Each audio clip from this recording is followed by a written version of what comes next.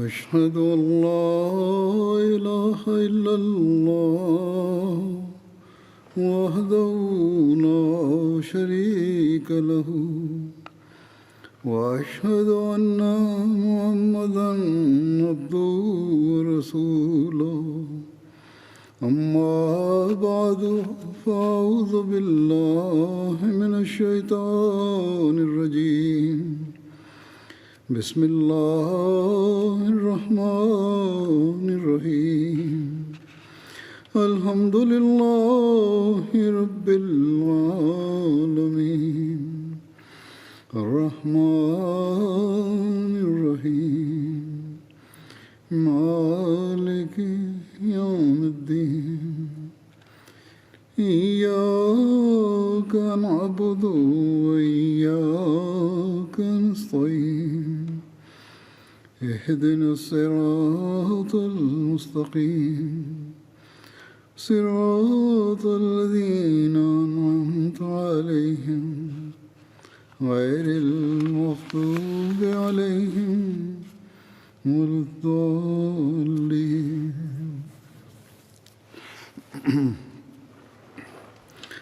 آج کل حضرت عمر رضی اللہ عنہ کا ذکر چل رہا ہے، وہ بھی اسی ضمن میں آج بھی بیان کروں گا۔ حضرت مسلم موعود رضی اللہ عنہ فرماتے ہیں، حضرت عمر کے متعلق ایک روایت میں آتا ہے کہ جب انہوں نے رسول کریم صلی اللہ علیہ وسلم کے ایک ارشاد کے متحد یہودیوں اور عیسائیوں کو یمن سے نکالا تو آپ نے ان کی زمینیں ضبط نہیں کیں بلکہ ان کی زمینیں خریدیں۔ مزید فرماتے ہیں کہ یمن کی زمین جو عیسائیوں اور یہودیوں کے نیچے تھی وہ خراجی تھی، لیکن جب حضرت عمر رضی اللہ عنہ نے وہ زمین یہودیوں اور عیسائیوں سے لے لی اور ان کو عرب کے جزیرے سے نکال دیا تو باوجود اس کے کہ وہ زمین خراجی تھی اور اصولی طور پر حکومت اس کی مالک سمجھی جاتی تھی، انہوں نے وہ زمین ان سے چھینی نہیں بلکہ خریدی۔ چنانچہ فتح الباری شرح بخاری میں یہ حدیث درج ہے کہ یحییٰ ابن سعید ان عمر اجلا اہل نجران والیہودا والنصارى واشترى بیعۃ ارضہم وقرومہم، یعنی یحییٰ بن سعید روایت کرتے ہیں کہ حضرت عمر نے نجران کے مشرکوں اور یہودیوں اور عیسائیوں کو وہاں سے جلا وطن کر دیا اور ان کی زمینیں اور باغ خرید لیے۔ یہ ظاہر ہے کہ یہودیوں کی زمین عشری نہیں ہو سکتی، کیونکہ اگر وہ عشری تھی تو اس کا مالک کوئی مسلمان ہوگا، بس یہودیوں سے اس کے خریدنے کا کوئی سوال ہی نہیں تھا۔ وہ یقیناً خراجی تھی، جیسا کہ ہندوستان کی زمین کو خراجی قرار دیا جاتا ہے، لیکن حضرت عمر رضی اللہ عنہ نے اس کو خراجی قرار دے کر اور حکومت کو اس کا مالک قرار دے کر اس کو ضبط نہیں کیا بلکہ اس کو خریدا۔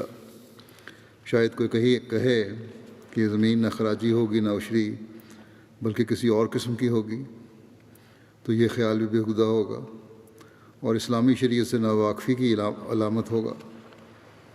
عشری اور خراجی کے سوا اور کوئی زمین اسلام میں نہیں، سوائے اس کے کہ وہ بیکار پڑی ہوئی ہو اور اس کا مالک کوئی فرد واحد نہ ہو۔ پس لازماً یہودی اور نصرانی اور مشرک اہل نجران کی زمینیں یا خراجی تھیں، نصرانی مشرک اہل نجران کی زمینیں یا خراجی تھیں یا عشری تھیں، مگر دونوں صورتوں میں ان کا مالک حضرت عمر نے ان کے قابضوں کو قرار دیا اور ان سے وہ زمینیں خریدی گئیں۔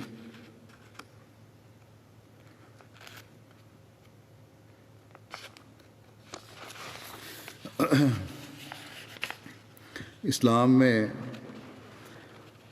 جنگی قیدیوں کے علاوہ غلام بنانے کی ممانعت کا تذکرہ کرتے ہوئے حضرت مسلم موعود فرماتے ہیں کہ اللہ تعالیٰ فرماتا ہے کہ تریدون عرض دنیا، کہ اے مسلمانوں کیا تم دوسرے لوگوں کی طرح یہ چاہتے ہو کہ تم غیر اقوام کے افراد کو پکڑ کر اپنی طاقت اور قوت کو بڑھا لو؟ واللہ یرید الآخرہ، اللہ تعالیٰ یہ نہیں چاہتا کہ تم دنیا کے پیچھے چلو، بلکہ وہ چاہتا ہے کہ تمہیں ان احکام پر چلائے جو انجام کے لحاظ سے تمہارے لیے بہتر ہوں، اور اگلے جہان میں تمہیں اللہ تعالیٰ کی رضا اور اس کی خوشنودی کا مستحق بنانے والے ہوں۔ اور اللہ تعالیٰ کی رضا اور انجام کے خوشگوار ہونے کے لحاظ سے یہی حکم تمہارے لیے بہتر ہے کہ تم سوائے جنگی قیدیوں کو جنہیں دوران جنگ میں گرفتار کیا گیا ہو اور کسی کو قیدی مت بناؤ۔ گویا جنگی قیدیوں کے سوا اسلام میں کسی قسم کے قیدی بنانے ناجائز گویا جنگی قیدیوں کے سوا اسلام میں کسی قسم کے قیدی بنانے جائز نہیں۔ اس حکم پر شروع اسلام میں سختی کے ساتھ عمل کیا جاتا تھا کہ حضرت عمر رضی اللہ تعالیٰ عنہ کے عہد خلافت میں ایک دفعہ یمن کے لوگوں کا ایک وفد آپ کے پاس آیا اور اس نے شکایت کی کہ اسلام سے پہلے ہم کو مسیحیوں نے بلا کسی جنگ کے یوں ہی زور سے غلام بنا لیا تھا، ورنہ ہم آزاد قبیلہ تھے، ہمیں اس غلامی سے آزاد کرایا جائے۔ حضرت عمر رضی اللہ عنہ نے فرمایا کہ گو یہ اسلام سے پہلے کا واقعہ ہے، مگر پھر بھی میں اس کی تحقیقات کروں گا، اگر تمہاری بات درست ثابت ہوئی تو تمہیں فوراً آزاد کرا دیا جائے گا، لیکن اس کے برخلاف مسلم اور مقابلہ کر رہے ہیں اب آج کل کے یورپ کا۔ یہ تو اسلامی تعلیم تھی جس پہ عمل کروایا حضرت عمر نے، یا اس بارے میں ان کو تسلی کروائی، لیکن اس کے برخلاف یورپ میں کیا ہوتا ہے؟ یورپ اپنی تجارتوں اور زراعتوں کے فروغ کے لیے 19ویں صدی کے شروع تک غلامی کو جاری رکھتا چلا گیا۔ اس میں کوئی شبہ نہیں کہ اسلام کی تاریخ سے غیر اسلامی غلامی کا بھی پتہ لگتا ہے، مگر پھر بھی غلاموں کے ذریعے سے ملکی طور پر تجارتی یا صنعتی ترقی کرنے کا کہیں پتہ نہیں چلتا۔ اسلام میں یہ کوئی تصور نہیں۔ ایک دفعہ حضرت عمر کے زمانے میں بہت سخت قحط پڑ گیا،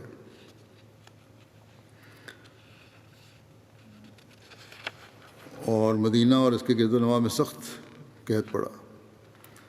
جب تیز ہوا چلتی تو راکھ کی طرح مٹی کو اڑاتی تھی، اس وجہ سے اس سال کا نام عام الرمادہ، راکھ کا سال رکھ دیا گیا۔ عوف بن حارث اپنے والد سے روایت کرتے ہیں کہ اس سال کا نام عام الرمادہ یعنی راکھ کا سال رکھا گیا، اس لیے کہ ساری زمین بارش نہ ہونے کی وجہ سے سیاہ ہو کر راکھ کی مشابہ ہو گئی تھی، اور یہ کیفیت 9 ماہ رہی۔ حزام بن ہشام اپنے والد سے روایت کرتے ہیں کہ 18 ہجری میں لوگ جب حج سے واپس ہوئے تو انہیں سخت تکلیف پہنچی، ملک میں خشک سالی پھیل گئی، مویشی ہلاک ہو گئے اور لوگ بھوک سے مرنے لگے، یہاں تک کہ لوگ بوسیدہ ہڈیوں کا صفوف پیس کر اس کو پانی میں ڈال کر پینے لگے، اور چوہوں وغیرہ کے بلوں کو کھودتے اور اس میں جو ہوتا اسے نکالنے لگے۔ حضرت ابن عمر سے روایت ہے کہ حضرت عمر بن خطاب نے حضرت عمر بن عاص کی طرف عام الرمادہ میں خط لکھا، بسم اللہ الرحمن الرحیم، اللہ کے بندے عمر امیر المومنین کی طرف سے عاصی بن عاصی کے نام،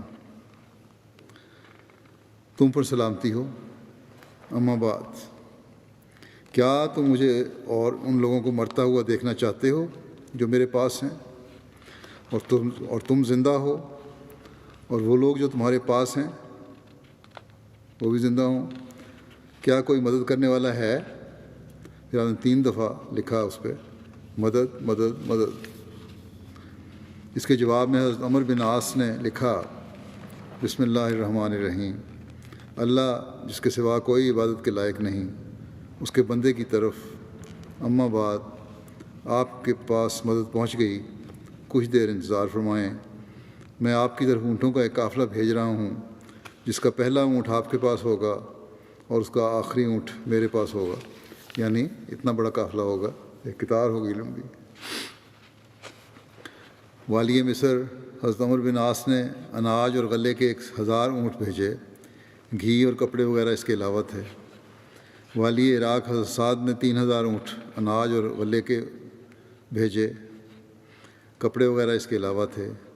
والی شام حضرت امیر معاویہ نے 2000 اونٹ غلے کے بھیجے اور کپڑے وغیرہ اس کے علاوہ تھے۔ جب پہلا غلہ آیا تو حضرت عمر بن خطاب نے حضرت زبیر بن عوام سے فرمایا، تم قافلے کو روک کر اہل بادیہ کی طرف پھیر دو، یہ گاؤں کے رہنے والے ہیں، ان کی طرف ان کو پہلے دو اور ان لوگوں میں تقسیم کر دو۔ بخدا ممکن ہے رسول اللہ صلی اللہ علیہ وسلم کی صحبت کے بعد اس سے افضل کوئی شے تمہیں حاصل نہ ہوئی ہوگی۔ اس کے بوروں سے لحاف بنا دو جسے وہ لوگ پہنیں، اور اونٹوں کو ان کے لیے ذبح کر دینا، وہ لوگ گوشت کھائیں اور اس کی چکنائی اٹھا کر لے جائیں۔ تم انتظار نہ کرنا کہ وہ کہیں کہ ہم لوگ بارش کے آنے تک انتظار کریں گے، وہ لوگ آٹا پکائیں اور جمع کریں یہاں تک کہ اللہ ان کے لیے کشادگی کا حکم لائے۔ حضرت عمر یعنی کچھ پکائیں کھائیں اور کچھ جو ہے وہ اسٹور بھی کر لیں۔ حضرت عمر کھانا تیار کرواتے اور ان کا منادی اعلان کرتا کہ جو شخص چاہتا ہے کہ وہ کھانے کے وقت حاضر ہو اور کھانا چاہے تو وہ ضرور ایسا کرے، اور جو پسند کرتا ہے کہ جو کھانا اس کے لیے اور اس کے گھر والوں کے لیے کفایت کرے تو وہ آئے اور وہ لے جائے۔ حضرت عمر لوگوں کو شرید روٹی کو توڑ کر شوربے میں ڈال کر کھانا جو ہے تیار ہوتا ہے کھلاتے تھے۔ یہ روٹی ہوتی تھی جس کے ساتھ زیتون کا سالن ہوتا تھا جو فوراً دیگوں میں پکایا جاتا تھا۔ اونٹ ذبح کیے جاتے تھے۔ حضرت عمر بھی سب لوگوں کے ساتھ مل کر کھاتے تھے جس طرح وہ کھاتے تھے۔ عبداللہ بن زید بن اسلم اپنے دادا اسلم سے روایت کرتے ہیں کہ حضرت عمر مسلسل روزے رکھتے رہے۔ عام الرمادہ کے زمانے میں شام کے وقت حضرت عمر کے پاس روٹی لائی جاتی جو زیتون کے تیل کے ساتھ ملی ہوتی تھی۔ لوگوں نے ایک روز اونٹ ذبح کر کے لوگوں کو کھلائے۔ انہوں نے حضرت عمر کے لیے عمدہ حصہ رکھ لیا۔ جب حضرت عمر کے پاس وہ حصہ لایا گیا تو اس میں کوہان اور کلیجی کے ٹکڑے تھے۔ حضرت عمر نے دریافت فرمایا کہ یہ کہاں سے آئے؟ تو بتایا گیا کہ اے امیر المومنین، یہ ان اونٹوں سے ہے جو آج ہم نے ذبح کیے تھے۔ آپ نے فرمایا افسوس افسوس، میں کیا ہی برا نگران ہوں گا اگر اس کا اچھا حصہ میں کھاؤں اور لوگوں کو اس کا ردی حصہ کھلاؤں۔ یہ پیالہ اٹھا لو اور ہمارے لیے اس کے علاوہ کوئی اور کھانا لاؤ۔ چنانچہ روٹی اور زیتون کا تیل لایا گیا۔ آپ نے روٹی اپنے ہاتھ سے توڑی اور اسے شرید بنایا۔ پھر آپ نے اپنے غلام سے فرمایا، اے یرفع، تمہارا بھلا ہو، یہ پیالہ سمک میں ایک گھر والوں کے پاس لے جاؤ۔ سمک بھی مدینہ کے قریب کھجوروں کا ایک باغ تھا جس کے مالک حضرت عمر تھے۔ انہوں نے اس باغ کو وقف کیا ہوا تھا۔ فرمایا کہ 3 دن سے میں نے حضرت عمر نے فرمایا کہ 3 دن سے میں نے ان کو کچھ نہیں دیا اور میرا خیال ہے کہ خالی پیٹ ہوں گے، یہ ان کے سامنے پیش کر دو۔ حضرت ابن عمر سے مروی ہے کہ قحط کے دنوں میں حضرت عمر نے ایک نیا کام کیا جسے وہ نہ کیا کرتے تھے۔ وہ یہ تھا کہ لوگوں کو عشاء کی نماز پڑھا کر اپنے گھر میں داخل ہو جاتے اور آخر شب تک مسلسل نماز پڑھتے رہتے۔ پھر آپ باہر نکلتے اور مدینہ کے اطراف میں چکر لگاتے رہتے۔ ایک رات سحری کے وقت میں نے ان کو یہ کہتے ہوئے سنا کہ اللہم لا تجعل ہلاک امت محمد علی یدی، اے اللہ میرے ہاتھوں محمد صلی اللہ علیہ وسلم کی امت کو ہلاکت میں نہ ڈالنا۔ محمد بن یحییٰ بن حبان بیان کرتے ہیں کہ قحط کے ایام میں حضرت عمر کے پاس ایک دفعہ چربی میں ڈوبی ہوئی روٹی لائی گئی۔ آپ نے ایک بدوی کو اپنے پاس بلایا اور وہ آپ کے ساتھ بیٹھ کر کھانا کھانے لگا۔ وہ جلدی جلدی پیالے کے کناروں سے چربی لینے لگا۔ اس پر حضرت عمر نے فرمایا، تم تو ایسے کھا رہے ہو جیسے کبھی چربی نہیں دیکھی۔ اس نے کہا، بے شک میں نے کئی دنوں سے نہ گھی کھایا ہے اور نہ زیتون، اور نہ ہی کسی کو یہ کھاتے دیکھا ہے۔ یہ بات سن کر حضرت عمر نے قسم کھائی کہ وہ نہ تو گوشت چکھیں گے اور نہ ہی گھی، یہاں تک کہ لوگ پہلے کی طرح خوشحال ہو جائیں۔ ابن طاؤس اپنے والد سے روایت کرتے ہیں کہ حضرت عمر نے نہ گوشت کھایا اور نہ ہی گھی، یہاں تک کہ لوگ خوشحال ہو گئے۔ اور گھی وغیرہ نہ کھانے اور صرف تیل کھانے کی وجہ سے آپ کا پیٹ گڑگڑاتا تھا۔ آپ کہتے، یعنی اپنے مخاطب کر کے پیٹ کو، کہ تم گڑگڑاتے رہو، اللہ کی قسم تمہیں کچھ اور نہیں ملے گا تا وقت کہ لوگ خوشحال نہ ہو جائیں اور پہلے جیسا کھانا شروع نہ کر دیں۔ ایاز بن خلیفہ کہتے ہیں کہ میں نے قحط کے سال حضرت عمر کو دیکھا، آپ کا رنگ سیاہ ہو گیا تھا، حالانکہ پہلے آپ کا رنگ سفید تھا۔ ہم کہتے یہ کیسے ہوا؟ تو راوی نے بتایا کہ حضرت عمر ایک عربی آدمی تھے، وہ گھی اور دودھ کا استعمال کرتے تھے۔ جب لوگوں پر قحط آیا تو انہوں نے یہ چیزیں اپنے اوپر حرام کر لیں یہاں تک کہ لوگ خوشحال ہو جائیں۔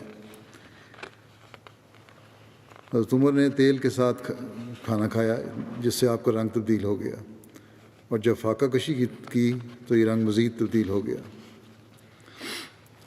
اسامہ بن زید بن اسلم نے اپنے دادا سے روایت کی کہ ہم لوگ کہا کرتے تھے کہ اگر اللہ نے قحط رفع نہ کیا تو حضرت عمر مسلمانوں کی فکر میں مر ہی جائیں گے۔ زید بن اسلم اپنے والد سے روایت کرتے ہیں کہ قحط کے زمانے میں سارے عرب سے لوگ مدینہ آئے۔ حضرت عمر نے لوگوں کو حکم دیا تھا کہ وہ ان کا انتظام کریں اور انہیں کھانا کھلائیں۔ مدینہ کے چاروں طرف حضرت عمر نے مختلف اصحاب کی ڈیوٹی لگا دی تھی، جو ایک ایک لمحہ کی خبر شام کو جمع ہو کر آپ کو دیتے تھے۔ صبح سے لے کے شام تک جو خبریں بھی ہوتی تھیں شام کو آپ کے پاس لائی جاتی تھیں، آپ کو پہنچائی جاتی تھی وہ خبر۔ مدینہ کے مختلف علاقوں میں بدوی لوگ آئے ہوئے تھے۔ ایک رات جب لوگ رات کا کھانا کھا چکے تو حضرت عمر نے فرمایا کہ جنہوں نے ہمارے ساتھ رات کا کھانا کھایا ہے ان کا شمار کرو۔ چنانچہ ان کا شمار کیا گیا تو 7,000 کے قریب افراد تھے۔ پھر آپ نے فرمایا کہ جو نہیں آئے انہیں اور مریضوں اور بچوں کو بھی شمار کرو۔ جب گنتی کی گئی تو وہ 40,000 کی تعداد تھی۔ چند دن بعد یہ تعداد بڑھ گئی، دوبارہ گنتی کی گئی، جو لوگ آپ کے ساتھ کھانا کھا رہے تھے ان کی تعداد 10,000 اور دوسروں کی تعداد 50,000 ہو گئی۔ اسی طرح سلسلہ چلتا رہا یہاں تک کہ اللہ تعالیٰ نے بارش نازل فرما دی۔ جب بارش ہوئی تو میں نے حضرت عمر کو دیکھا کہ آپ نے اپنے عاملین کو حکم دیا کہ سب لوگوں کا ان کے اپنے اپنے علاقے میں واپسی کا انتظام کریں اور انہیں غلہ اور سواریاں بھی مہیا کریں۔ راوی کہتے ہیں میں نے دیکھا کہ حضرت عمر بنفس نفیس ان لوگوں کو روانہ کرنے کے لیے آتے تھے۔ جب حالات ٹھیک ہو گئے، ارد گرد لوگ آ گئے تھے بھوک سے تنگ آ کے، شہر میں کھانا ان کو ملتا تھا یہاں۔ جب حالات ٹھیک ہو گئے، بارشیں ہو گئیں اور زراعت وغیرہ ہو سکتی تھی، تو پھر آپ نے کہا واپس جاؤ اور محنت کرو اور اپنے کھیتوں کو آباد کرو۔ تاریخ طبری میں اس قحط کے ختم ہونے کے متعلق لکھا ہے کہ ایک شخص نے خواب دیکھا جس کے مطابق حضرت صلی اللہ علیہ وسلم نے دعا کی طرف توجہ دلائی، جس پر حضرت عمر نے لوگوں میں اعلان کرایا کہ نماز استسقاء پڑھی جائے گی۔ حضرت عمر نے فرمایا مصیبت اپنے انتہا کو پہنچ چکی اور اب انشاءاللہ ختم ہونے والی ہے۔ جس قوم کو دعا کی توفیق مل گئی بس سمجھ لینا چاہیے کہ ان کی مصیبت دور ہو گئی۔ آپ نے دیگر شہروں کے گورنروں کے نام تحریر فرمائے کہ تم مدینہ اور ان کے اطراف کے بندگان خدا کے لیے خط تحریر فرمایا ان کو کہ تم مدینہ اور ان کے اطراف کے بندگان خدا کے لیے نماز استسقاء پڑھو کیونکہ وہ مصیبت کی انتہا کو پہنچ گئے ہیں۔ حضرت عمر نے مسلمانوں کو نماز استسقاء کے لیے باہر میدان میں جمع کیا اور حضرت عباس کو لے کر حاضر ہوئے، مختصر خطبہ پڑھا اور نماز پڑھائی، پھر دو زانو ہو کر بیٹھے اور دعا شروع کی، اللہم ایاک نعبد و ایاک نستعین اللہم اغفر لنا وارحمنا وارض عنا۔ اے اللہ ہم صرف تیری عبادت کرتے ہیں اور تجھ سے ہی مدد کے خواہاں ہیں۔ اے اللہ ہمیں معاف فرما، ہم پر رحم کر اور ہم سے راضی ہو جا۔ اس کے بعد آپ واپس لوٹے. ابھی گھر نہیں پہنچ پائے تھے کہ میدان میں بارش کی وجہ سے تالاب بن گیا. ایک روایت کے مطابق حضرت عمر نے دعا کرتے ہوئے عرض کیا کہ اے اللہ، تیرے نبی صلی اللہ علیہ وسلم کے زمانے میں جب ہم پر خشک سالی ہوتی تو ہم تیرے نبی کے واسطے بارش کی دعا کیا کرتے تھے تو ہم پر بارش برساتا تھا. آج ہم تجھے تیرے نبی صلی اللہ علیہ وسلم کے چچا کا واسطہ دے کر دعا کر رہے ہیں، بس تو ہماری یہ قحط سالی ختم کر دے اور ہم پر بارش نازل فرما. چنانچہ لوگ ابھی اپنی جگہوں سے ہٹے نہ تھے کہ بارش برسنی شروع ہو گئی. عبداللہ بن ابراہیم پھر مسجد نبی میں ذکر آتا ہے کہ چٹائیاں بچھانے کا سلسلہ کب شروع ہوا. پہلے لوگ اسی طرح نماز پڑھتے تھے اور فرش پہ یا کچی جگہ پہ نماز پڑھتے تھے، ماتھے پر مٹی لگ جایا کرتی تھی. اس کے بعد پھر چٹائیوں کا رواج ہوا. اس بارے میں عبداللہ بن ابراہیم سے روایت ہے کہ سب سے پہلے مسجد نبوی میں جس نے چٹائی بچھائی وہ حضرت عمر بن خطاب تھے. پہلے لوگ جب اپنا سر سجدے سے اٹھاتے تو اپنے ہاتھ جھاڑا کرتے تھے. اس پر آپ نے چٹائیاں بچھانے کا حکم دیا جو عقیق سے لائی گئیں اور مسجد نبوی میں بچھائی گئیں. عقیق بھی ایک وادی کا نام ہے جو مدینہ کے جنوب مغرب سے شروع ہو کر شمال مغرب تک تقریباً 150 کلومیٹر تک پھیلی ہوئی وادی ہے. بہت بڑی وادی کہتے ہیں. حضرت عمر کے زمانے میں 17 ہجری میں مسجد نبوی کی توسیع بھی ہوئی تھی. حضرت عبداللہ بن عمر سے مروی ہے کہ رسول اللہ صلی اللہ علیہ وسلم کے دور میں مسجد کچی اینٹوں سے بنی ہوئی تھی جس کی چھت کھجور کی ٹہنیوں اور پتوں سے بنی ہوئی تھی اور ستون کھجور کے تنوں کے تھے. حضرت ابوبکر صدیق رضی اللہ عنہ نے اس کو اسی حال میں رہنے دیا اور اس میں کوئی توسیع یا تبدیلی نہ کی. حضرت عمر نے اس کی تعمیر نو اور توسیع کروائی مگر اس کی حیت اور طرز تعمیر میں کوئی تبدیلی نہ کرائی. انہوں نے بھی اسے اسی طرح کے طرز تعمیر سے بنوایا. چھت پہلے کی طرح کھجور کے پتوں ہی کی رہی. انہوں نے صرف ستون لکڑی کے ڈلوا دیے. حضرت عمر نے 17 ہجری میں مسجد کی تعمیر کو اپنی زیر نگرانی مکمل کروایا. اس توسیع کے بعد مسجد کا رقبہ 100 ذرا یعنی تقریباً 50 میٹر سے بڑھ کر 140 ذرا تقریباً 70 میٹر ہو گیا. اس روایت سے ظاہر ہوتا ہے کہ حضرت ابوبکر کے دور میں بھی مسجد نبوی وہی رہی جو کہ رسول اللہ صلی اللہ علیہ وسلم کے عہد میں تھی. تاہم حضرت عمر کی تعمیر نو کے ساتھ اس میں کافی توسیع ہو گئی تھی.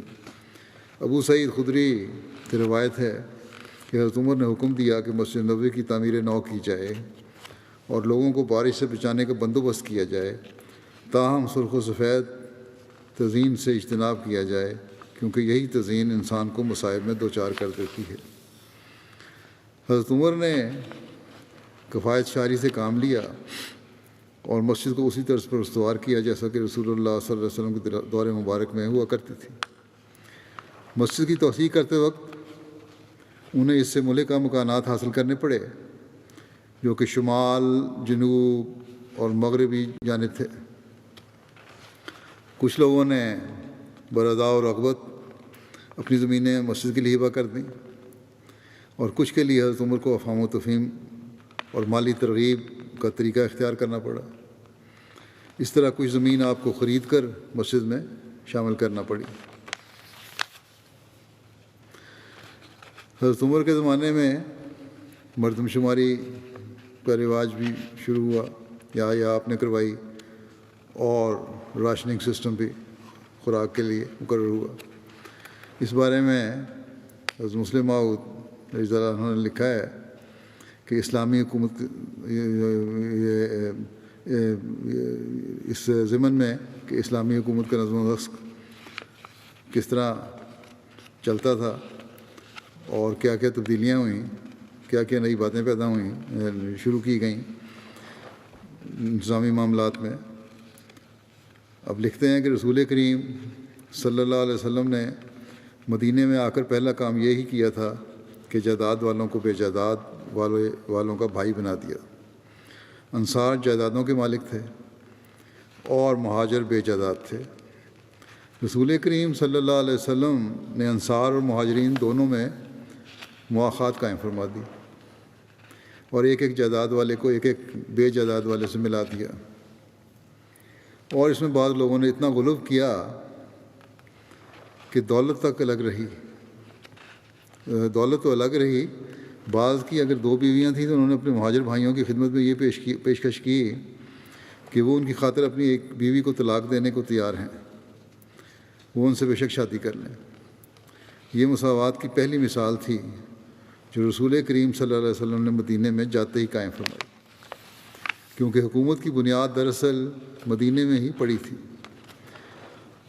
اس زمانے میں زیادہ دولتیں نہ تھیں، یہی صورت تھی کہ امیر اور غریب کو اس طرح ملا دیا جائے کہ ہر شخص کو کھانے کے لیے کوئی چیز مل سکے۔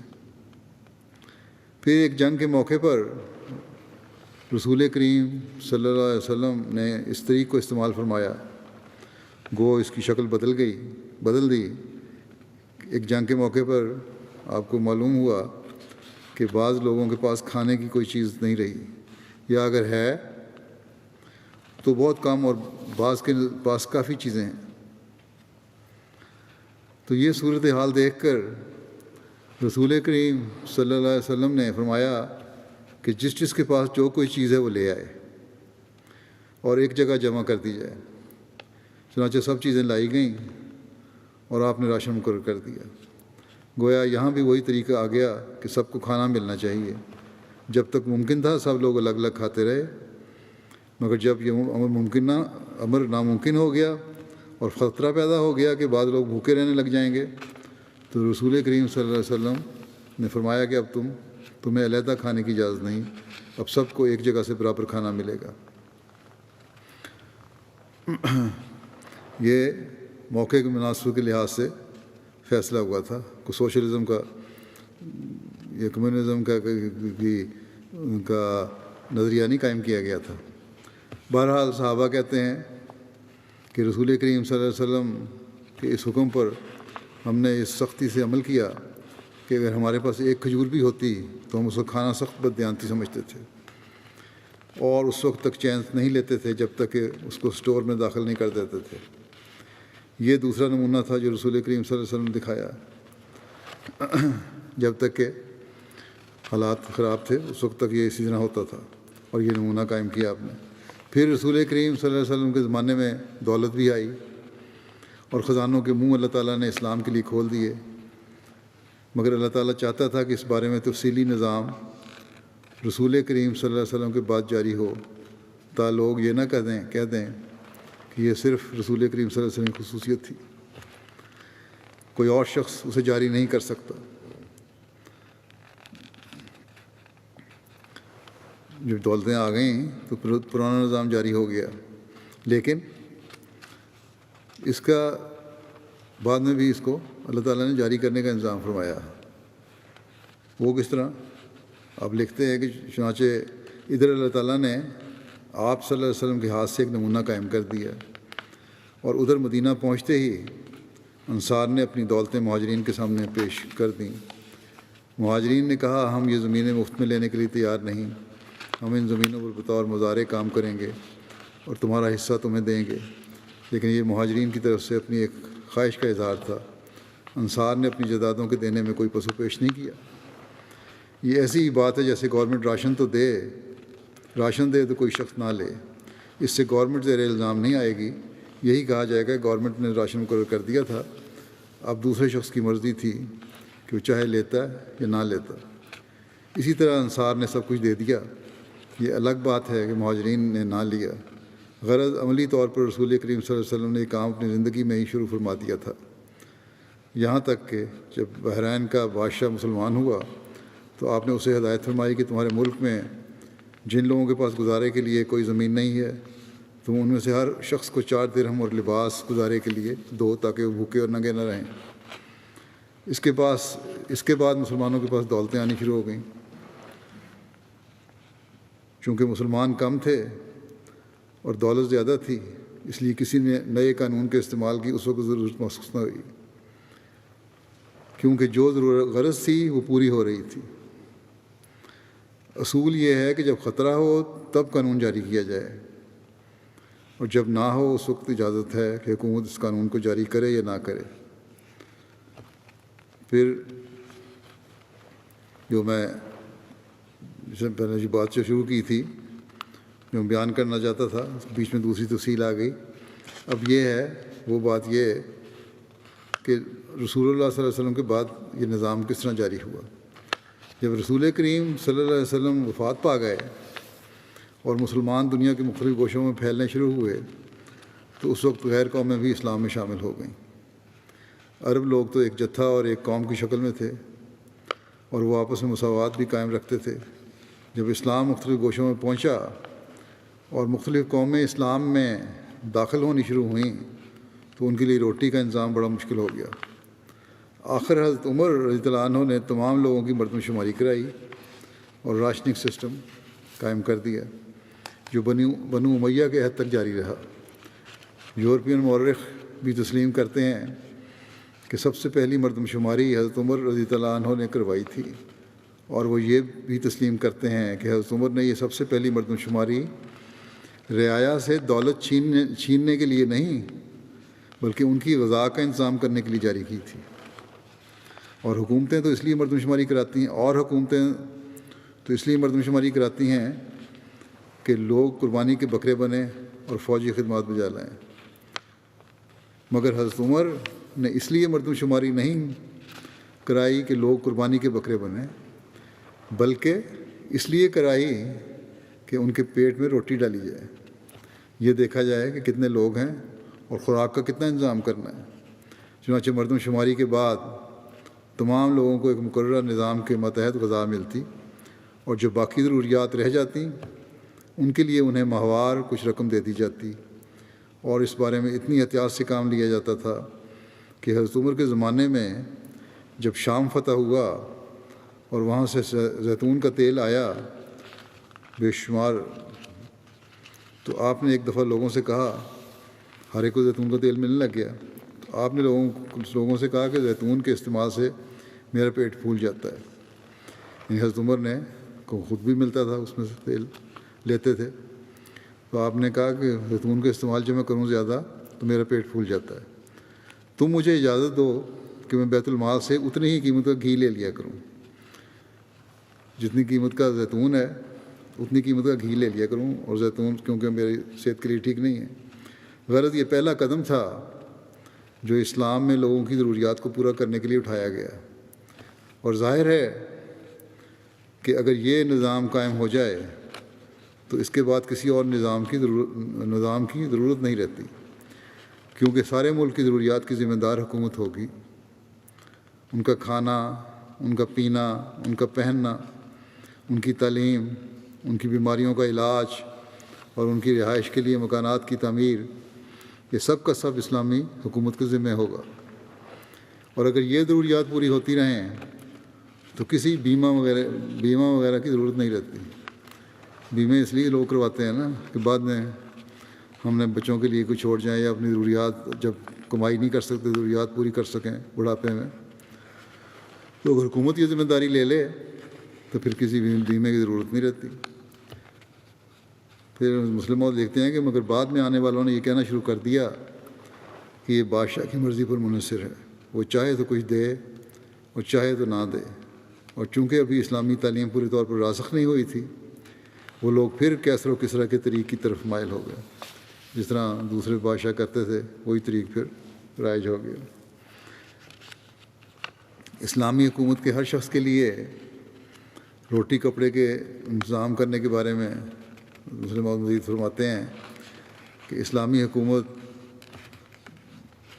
میں جب وہ اموال کی مالک ہوئی تو اس نے ہر ایک شخص کی روٹی کپڑے کا انتظام کیا۔ چنانچہ وہی بیان ہوا ہے کہ حضرت عمر رضی اللہ عنہ کے زمانے میں جب نظام مکمل ہوا تو اس وقت اسلامی تعلیم کے ماتحت ہر فرد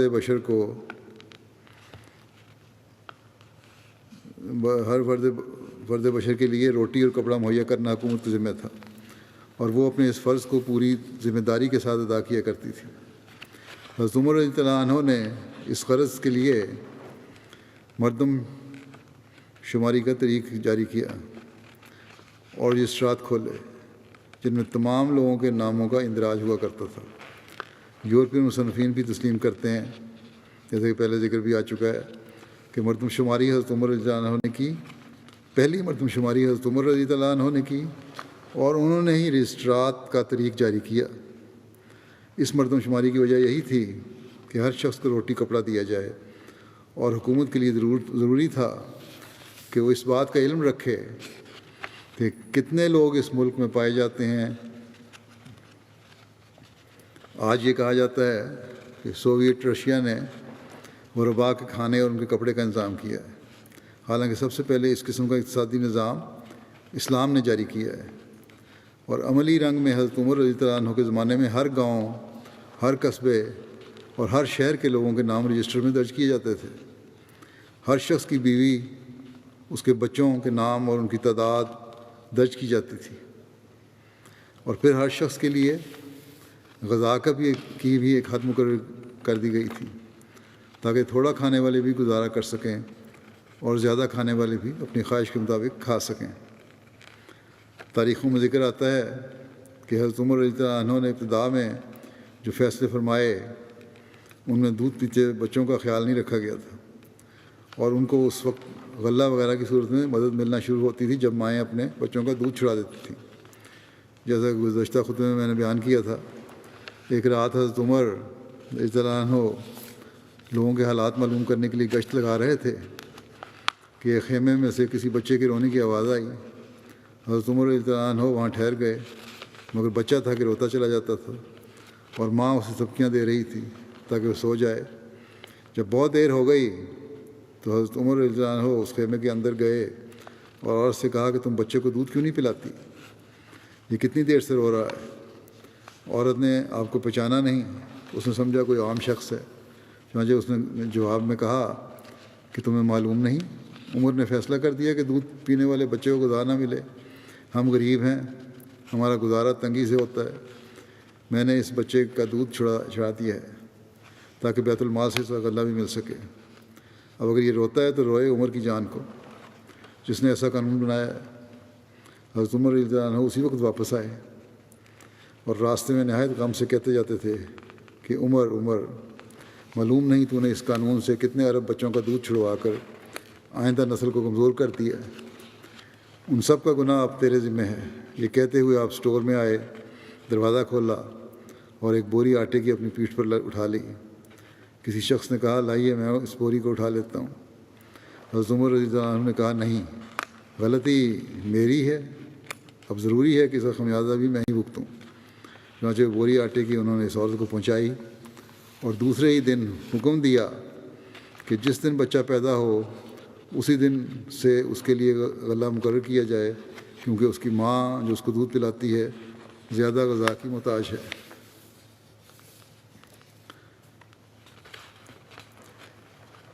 پھر حضرت مسلم موعود فرماتے ہیں کہ اسلام ہی ہے جس نے ملکی حقوق بھی قائم کیے ہیں۔ اسلام کے نزدیک ہر فرد کی خوراک، رہائش اور لباس کی ذمہ دار حکومت ہے، اور اسلام نے ہی سب سے پہلے اس اصول کو جاری کیا ہے۔ اب دوسری حکومتیں بھی اس کی نقل کر رہی ہیں، مگر پورے طور پر نہیں۔ بیمے کیے جا رہے ہیں، فیملی پنشنیں دی جا رہی ہیں، مگر یہ کہ جوانی اور بڑھاپے دونوں میں خوراک اور لباس کی ذمہ دار حکومت ہوتی ہے، یہ اصول اسلام سے پہلے کسی مذہب نے پیش نہیں کیا۔ دنیاوی حکومتوں کی مردم شماریاں اس لیے ہوتی ہیں تا ٹیکس لیے جائیں یا فوجی بھرتی کے متعلق یہ معلوم کیا جائے کہ ضرورت کے وقت کتنے نوجوان مل سکتے ہیں، مگر اسلامی حکومت میں سب سے پہلی مردم شماری جو حضرت عمر رضی اللہ عنہ کے زمانے میں کروائی گئی تھی، وہ اس لیے کروائی گئی تھی تاکہ تمام لوگوں کو کھانا اور کپڑا مہیا کیا جائے، اس لیے نہیں کہ ٹیکس لگایا جائے یا یہ معلوم کیا جائے کہ ضرورت کے وقت فوج کے لیے کتنے نوجوان مل سکیں گے، بلکہ وہ مردم شماری محض اس لیے تھی کہ تا ہر فرد کو کھانا اور کپڑا مہیا کیا جائے، اور اس میں کوئی شبہ نہیں کہ ایک مردم شماری رسول کریم صلی اللہ علیہ وسلم کے زمانے میں بھی ہوئی تھی، مگر اس وقت ابھی مسلمانوں کو حکومت حاصل نہیں ہوئی تھی، اس لیے اس مردم شماری کا مقصد محض مسلمانوں کی تعداد معلوم کرنا تھی۔ جو مردم شماری اسلامی حکومت کے زمانے میں سب سے پہلے ہوئی وہ حضرت عمر کے زمانے میں ہوئی، اور اس لیے ہوئی تاکہ ہر فرد کو کھانا اور کپڑا مہیا کیا جائے۔ یہ کتنی بڑی اہم چیز ہے جس سے تمام دنیا میں امن قائم ہو جاتا ہے۔ صرف یہ کہہ دینا کہ درخواست دے دو، اس پر غور کیا جائے گا، اسے ہر انسان کی غیرت برداشت نہیں کر سکتی کہ درخواستیں منگوائی جائیں پھر غور کیا جائے۔ اس لیے اسلام نے یہ اصول مقرر کیا ہے کہ کھانا اور کپڑا حکومت کے ذمہ ہے، اور یہ ہر امیر اور غریب کو دیا جائے گا، خواہ وہ کروڑ پتی ہی کیوں نہ ہو، خواہ وہ آگے کسی اور کو ہی کیوں نہ دے دے، تاکہ کسی کو یہ محسوس نہ ہو کہ اسے ادنا خیال کیا جاتا ہے۔ جب امیروں کو ملے گا تو امیر بھی اگر تقویٰ پہ چلنے والے ہیں تو پھر آگے وہ ضرورت مندوں کو دیں گے بجائے اس سے فائدہ اٹھانے کے۔ حضرت عمر کے زمانے میں ممالک کو صوبہ جات میں تقسیم کیا گیا۔ 20 ہجری میں مقبوضہ ممالک کو 8 صوبوں میں تقسیم فرمایا حضرت عمر نے، تاکہ انتظامی امور میں آسانی رہے۔ نمبر 1 مکہ، نمبر 2 مدینہ، نمبر 3 شام، نمبر 4 جزیرہ، number 5 Basra, number 6 Kufa, number 7 مصر، اور نمبر 8 فلسطین۔ پھر شورا کا قیام آپ کے زمانے میں ہوا۔ مجلس شورا میں ہمیشہ لازمی طور پر ان دونوں گروہ یعنی مہاجرین اور انصار کے ارکان شریک ہوتے تھے۔ انصار بھی 2 قبیلوں میں منقسم تھے، اوس و خزرج، چنانچہ ان دونوں خاندانوں کا مجلس شورا میں شریک ہونا ضروری تھا۔ اس مجلس شورا میں حضرت عثمان، حضرت علی، حضرت عبد الرحمن بن عوف، حضرت معاذ بن جبل، حضرت ابی بن کعب، حضرت زید بن ثابت شامل ہوتے تھے۔ مجلس کے انعقاد کا یہ طریقہ تھا کہ پہلے ایک منادی اعلان کرتا تھا کہ الصلاۃ جامعہ، یعنی سب لوگ نماز کے لیے جمع ہو جائیں۔ جب لوگ جمع ہو جاتے تو حضرت عمر مسجد نبوی میں جا کر 2 رکعت نماز پڑھتے تھے۔ نماز کے بعد ممبر پر چڑھ کر خطبہ دیتے تھے اور بحث طلب امر پیش کیا جاتا تھا، اس میں بحث ہوتی تھی۔ معمولی اور روزمرہ کے کاروبار میں اس مجلس کے فیصلے کافی سمجھے جاتے تھے، لیکن جب کوئی اہم امر پیش آتا تھا تو مہاجرین اور انصار کا اجلاس سے عام ہوتا تھا، اور سب کے اتفاق سے وہ امر طے پاتا تھا۔ فوج کی تنخواہ، دفتر کی ترتیب، اموال کا تقرر، غیر قوموں کی تجارت کی آزادی اور ان پر محصول کی تشخیص، غرض ہر قسم کے بہت سے معاملات ہیں جو شورا میں پیش ہو کر طے پاتے تھے۔ مجلس شورا کا اجلاس اکثر خاص ضرورتوں کے پیش آنے کے وقت ہوتا تھا۔ اس کے علاوہ ایک اور مجلس تھی، وہاں روزانہ انتظامات اور ضروریات پر گفتگو ہوتی تھی۔ یہ مجلس ہمیشہ مسجد نبوی میں منعقد ہوتی تھی، اور صرف مہاجرین صحابہ اس میں شریک ہوتے تھے۔ صوبہ جات اور اضلاع کی روزانہ خبریں جو دربار خلافت میں پہنچتی تھیں، حضرت عمر اس مجلس میں بیان کرتے تھے، اور کوئی بحث طلب امر ہوتا تھا تو اس میں لوگوں سے رائے لی جاتی تھی۔ مجلس شورا کے ارکان کے علاوہ عام رعایا کو انتظامی امور میں مداخلت حاصل تھی۔ صوبہ جات اور اضلاع کے حاکم اکثر رعایا کی مرضی سے مقرر کیے جاتے تھے، بلکہ بعض اوقات بالکل انتخاب کا طریقہ عمل میں آتا تھا۔ کوفہ، بصرہ اور شام میں جب اموال خراج مقرر کیے جانے لگے تو حضرت عمر نے ان تینوں صوبوں میں احکام بھیجے کہ وہاں کے لوگ اپنی اپنی پسند سے ایک شخص انتخاب کر کے بھیجیں جو ان کے نزدیک تمام لوگوں سے زیادہ دیانتدار اور قابل ہو۔ عاملین کی تقرری اور ان کے لیے کیا ہدایات دیں، کس طرح ہدایات دیتے تھے حضرت عمر، اس بارے میں لکھا ہے کہ عام خدمات کے لیے عہدیداروں کی تقرری شورا کے ذریعے کی جاتی، جن پر سب ارکان اتفاق کر لیتے۔ اس کا انتخاب کر لیا جاتا جس پر سب کا اتفاق ہوتا۔ بعض اوقات صوبے یا ضلع کے حاکم کو حکم بھیجتے کہ جو شخص زیادہ قابل ہو اس کا انتخاب کر کے بھیجو، چنانچہ انہیں منتخب لوگوں کو حضرت عمر عمل مقرر فرما دیتے۔ حضرت عمر نے عاملین کی زیادہ تنخواہیں مقرر فرمائی تھیں۔ یہ بھی بڑی حکمت ہے تاکہ ایمانداری سے یہ لوگ اپنے کام کر سکیں، کوئی لالچ نہ ہو دنیاوی۔ حضرت عمر عہدیداروں کو یہ نصیحت فرماتے کہ یاد رکھو میں نے تم لوگوں کو امیر اور سخت گیر مقرر کر کے نہیں بھیجا، بلکہ امام بنا کر بھیجا ہے تاکہ لوگ تمہاری تقلید کریں۔ مسلمانوں کے حقوق ادا کرنا مسلمانوں کے حقوق ادا کرنا ان کو زد وقوب نہیں کرنا کہ وہ ذلیل ہوں، سزائیں نہیں دینی بلکہ ان کے حق ادا کرنے کی کوشش کرنی، کسی کی بے جا تعریف نہیں کرنی کہ وہ فتنوں میں پڑیں۔ ان کے لیے اپنے دروازے ہمیشہ بند نہ رکھنا، کہیں طاقتور کمزوروں کو نہ کھا جائیں۔ اپنے آپ کو کسی پر ترجیح نہ دینا کہ یہ ان پر ظلم ہے۔ جو شخص عامل مقرر ہوتا اس سے یہ عہد لیا جاتا کہ وہ ترکی گھوڑے پر سوار نہیں ہوگا، باریک کپڑے نہیں پہنے گا، چھنا ہوا آٹا نہیں کھائے گا، دروازے پر دربان مقرر نہیں کرے گا، ضرورت مندوں کے لیے ہمیشہ دروازے کھلے رکھے گا۔ یہ ہدایات تمام عاملین کے لیے تھیں اور لوگوں میں پڑھ کر سنائی جاتی تھیں۔ عاملین مقرر کرنے کے بعد ان کے مال و اسباب کی جانچ کی جاتی تھی۔ اگر عامل کی مالی حالت میں غیر معمولی ترقی ہوتی جس کے بارے میں وہ تسلی نہ کروا سکتے تو اس کا مواخذہ کیا جاتا اور زائد مال بیت المال میں جمع کروا لیا جاتا۔ عاملین کو حکم تھا کہ حج کے موقع پر لازمی جمع ہوں۔ وہاں پبلک عدالت لگتی جس میں کسی شخص کو کسی عمل سے شکایت ہوتی تو فوراً اس کا ازالہ کیا جاتا۔ عاملین کی شکایات پیش ہوتیں، ان کی تحقیقات کے متعلق بھی ایک عہدہ قائم تھا جس پر کبار صحابہ ہوتے جو تحقیقات کے لیے جاتے، اور اگر شکایت سچ ہوتی تو عاملین کا مواخذہ کیا جاتا۔ عاملین کی شکایت کے متعلق حضرت عمر کے رویے کا ذکر کرتے ہوئے حضرت مسلم موعود لکھتے ہیں کہ حضرت عمر رضی اللہ عنہ کا ہی واقعہ ہے۔ کوفے کے لوگ بڑے باغی تھے اور وہ ہمیشہ اپنے افسروں کے خلاف شکایتیں کرتے رہتے تھے کہ فلاں قاضی ایسا ہے، فلاں میں یہ نقص ہے اور فلاں میں وہ نقص ہے۔ حضرت عمر ان کی شکایات پر حکام کو بدل دیتے اور افسر مقرر کر کے بھیج دیتے، اور دوسرے افسر مقرر کر کے بھیج دیتے، بدل دیتے ان کو۔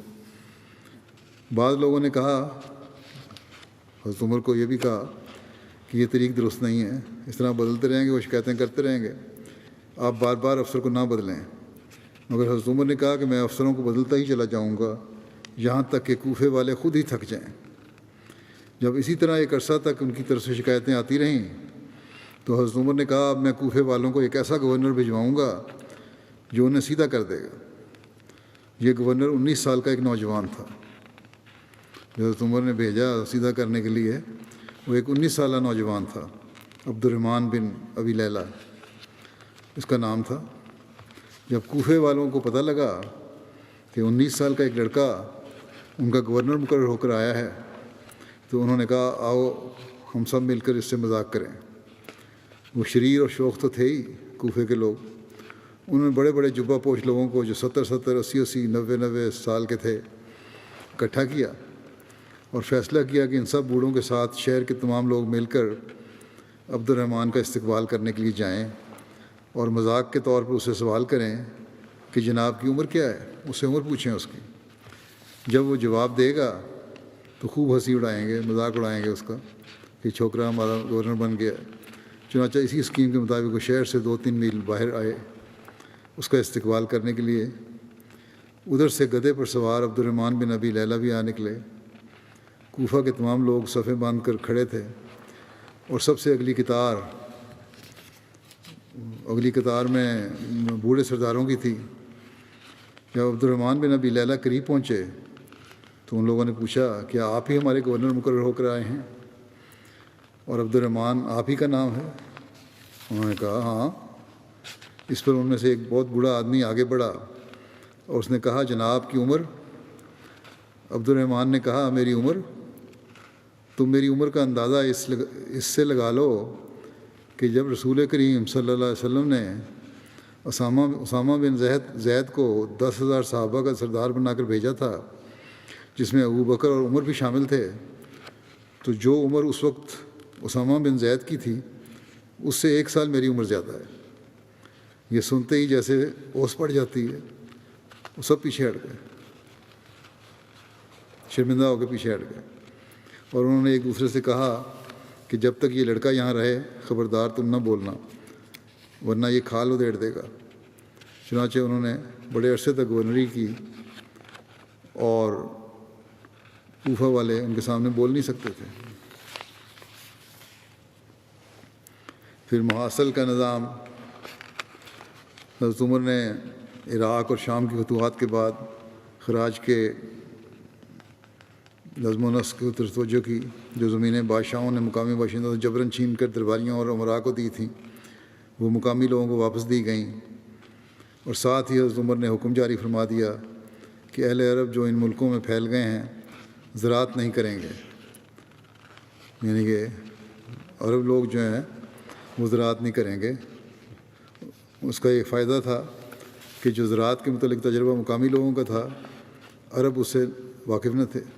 مقامی ہر علاقے کی زراعت کا اپنا طریقہ ہے، تو اس لیے یہ حکم تھا کہ باہر کے جو آئے ہوئے وہ زراعت نہیں کریں گے بلکہ زراعت مقامی لوگ ہی کریں گے۔ خراج پہلے لوگوں سے زبردستی لیا جاتا تھا۔ حضرت عمر نے خراج کے قواعد مرتب کرنے کے بعد خراج کی وصولی کا طریق بھی نہایت نرم کر دیا اور نئی ترامیم کی۔ ذمیوں کا بہت خیال رکھتے تھے۔ خراج کی وصولی کے وقت باقاعدہ دریافت فرماتے کسی سے زیادتی تو نہیں ہوئی۔ ذمی رعایا سے جو پارسی یا عیسائی تھے ان سے رائے طلب کرتے اور ان کی آراء کا لحاظ کیا کرتے تھے۔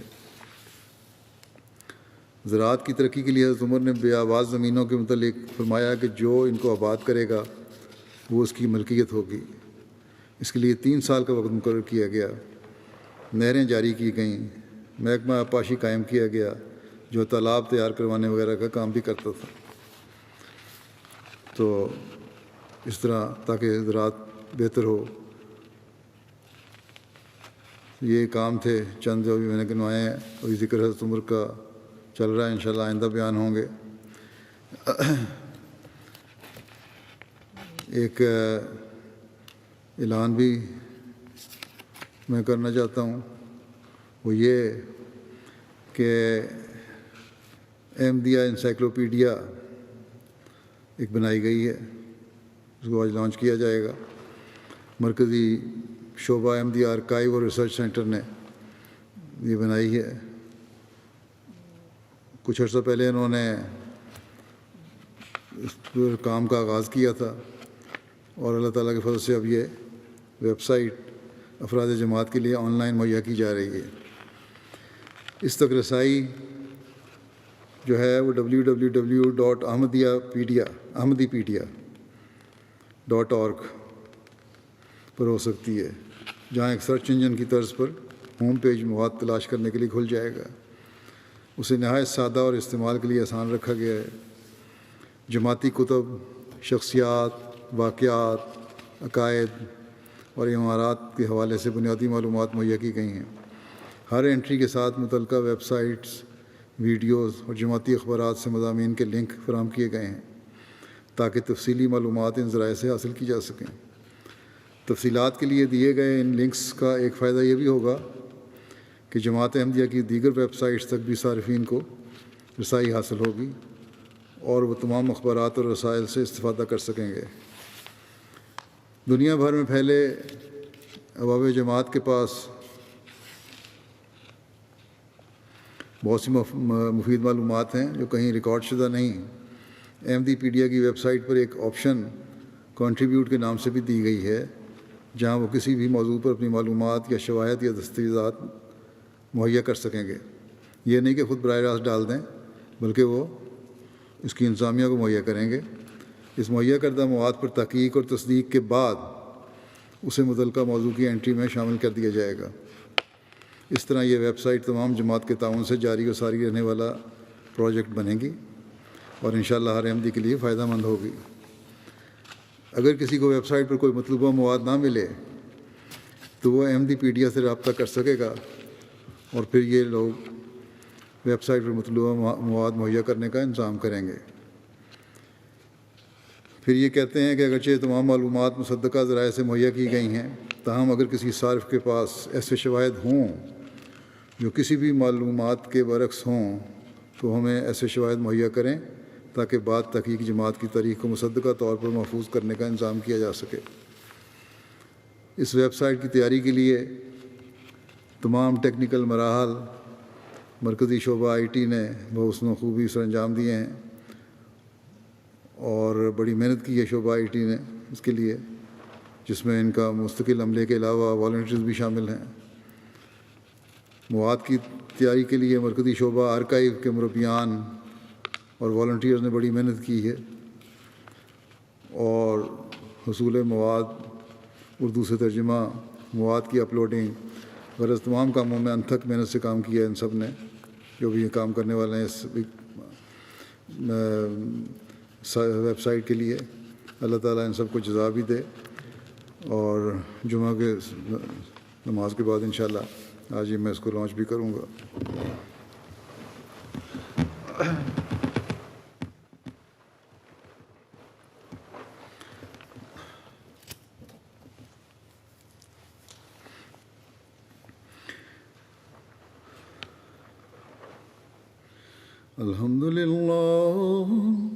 الحمد للہ نحمدہ ونستعینہ ونستغفرہ ونؤمن بہ ونتوکل علیہ ونعوذ باللہ من شرور انفسنا ومن سیئات اعمالنا من یہدہ اللہ فلا مضل لہ ومن يضلل فلا هادي له ونشهد أن لا إله إلا الله ونشهد أن محمدا عبده ورسوله